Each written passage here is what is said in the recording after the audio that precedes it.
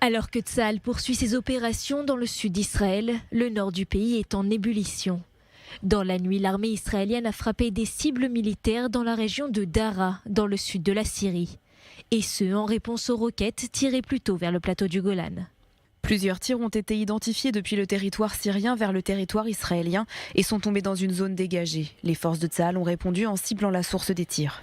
C'est la deuxième fois en 24 heures que Tsahal vise des positions en Syrie en raison de tirs de roquettes.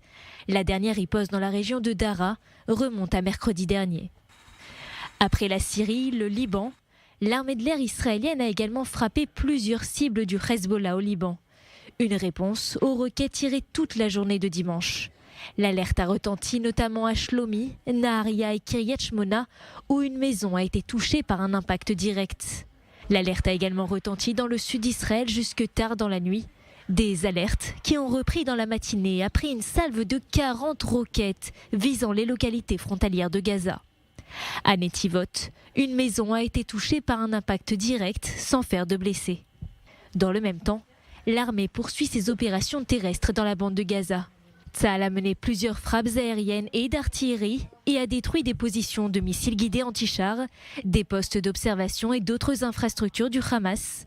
Tsahal a aussi annoncé avoir tué de nombreux terroristes. Au total, plus de 600 cibles du Hamas ont été détruites ces dernières 24 heures. Enfin, en Cisjordanie, les forces israéliennes redoublent d'efforts.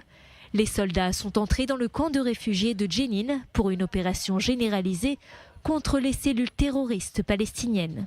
Mais dès leur arrivée dans la ville, ils ont été ciblés par des tirs auxquels ils ont riposté. Tsahal a aussi déployé un drone pour cibler des terroristes armés.